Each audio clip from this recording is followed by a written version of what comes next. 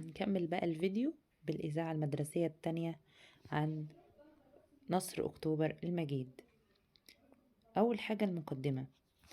بسم الله الرحمن الرحيم، وبه نستعين، وبه نبدأ يومنا هذا في ذكرى يوم خالد في سجل المجد والعزة.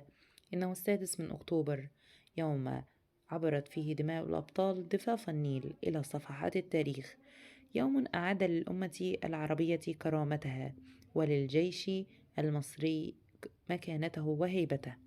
في هذا اليوم نحتفل بذكرى النصر العظيم، نصر الحق على الباطل ونصر الإرادة على المستحيل.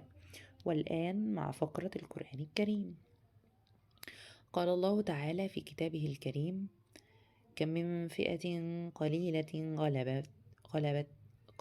غلبت فئة كثيرة بإذن الله والله مع الصابرين. في سورة البقرة. صدق الله العظيم. بهذه الآية نتعلم أن النصر لا يقاس بالعدد والعدة، بل بالإيمان والعزيمة والصبر. والآن مع فقرة الحديث الشريف.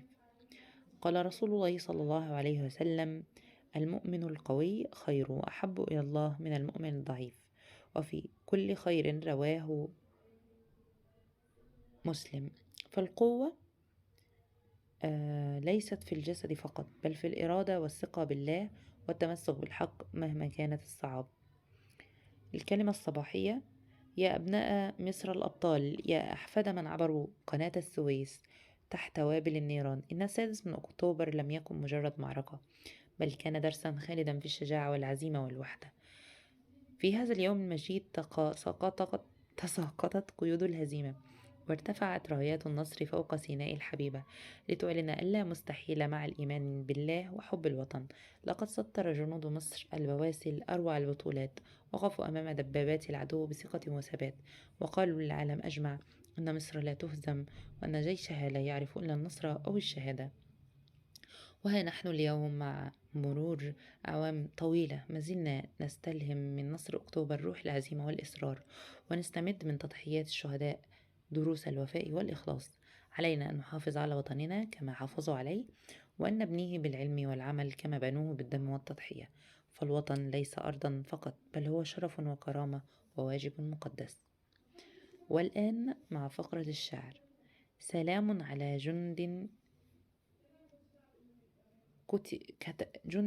كتبوا المجد باسمهم، يعني مش ما ينفعش، لازم يبقى فيه جمع، يعني كتبوا. وسالت على الأرض من عزهم الدماء، جنود العلا يا درع مصر وسيفها، بكم يرتقي فجرها ويضاء. السماء على أرض سيناء نادي النداء، فلباه شعب أبي أوفياء. فكان النصر تاجا فوق جبين الوطن، وعانقت راياته العلياء. والآن مع فقرة الحكمة. الحكمة تقول: من لا يعرف قيمة وطنه لا يستحق أن يعيش فيه. فلنكن جميعا ممن يقدرون الوطن ويفتدونه بالعلم والعمل والإخلاص. والفقرة الأخيرة هي الخاتمة. وفي ختام إذاعتنا اليوم نسأل الله أن يحفظ مصرنا الغالية، وأن يديم عليها الأمن والاستقرار، وأن يجعلنا من أبنائها الصالحين الذين يرفعون رايتها في كل ميدان. دامت مصر عزيزة قوية، ودام جيشها درعا وسيفا للوطن. كان معكم زملاؤكم في إذاعة اليوم عن نصر أكتوبر المجيد. نلقاكم على خير في إذاعة جديدة، والسلام عليكم ورحمة الله وبركاته.